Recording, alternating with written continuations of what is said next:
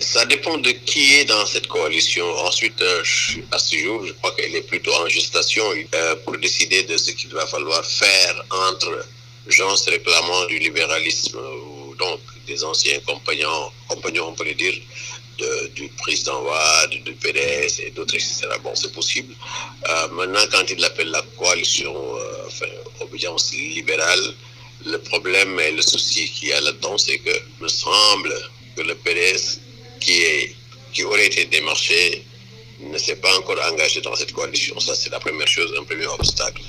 Le deuxième obstacle, c'est que j'ai déjà entendu des gens du PDS. Évidemment, ce n'est pas la voix du PDS, parce que je ne connais pas la voix du PDS, mais en tout cas, il y a une des voix prétendant parlant au PDS, quelqu'un qui disait oui, que d'accord, il va y avoir une coalition peut-être. En tout cas, au moment où il le disait, il n'y avait pas encore ce truc dont vous parlez tout de suite là. Il disait, quelle que soit la coalition à laquelle le PDS participerait, le chef de cette coalition, la tête de liste serait Karim Meïssa Wade. Donc c'est déjà là une chose qui peut devenir un obstacle pour certains que j'appelle des radicalement opposés à Karim pour diverses raisons. Donc cela, je ne les vois pas accepter que Karim dirige leur liste.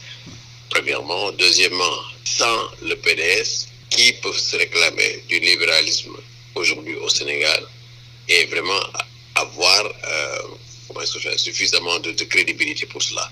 Là, évidemment, il y a des acteurs politiques qui ont été avec Wade, qui se sont réclamés de ce que Wade incarnait, autrement dit le libéralisme, mais l'avoir cultivé, ils ne sont pas nombreux à le faire, donc je ne suis pas certain que tout de suite cette coalition-là puisse avoir suffisamment de force et mettre en danger le pouvoir. Si le PDS n'est pas partant, je ne sais pas ce que ça peut donner.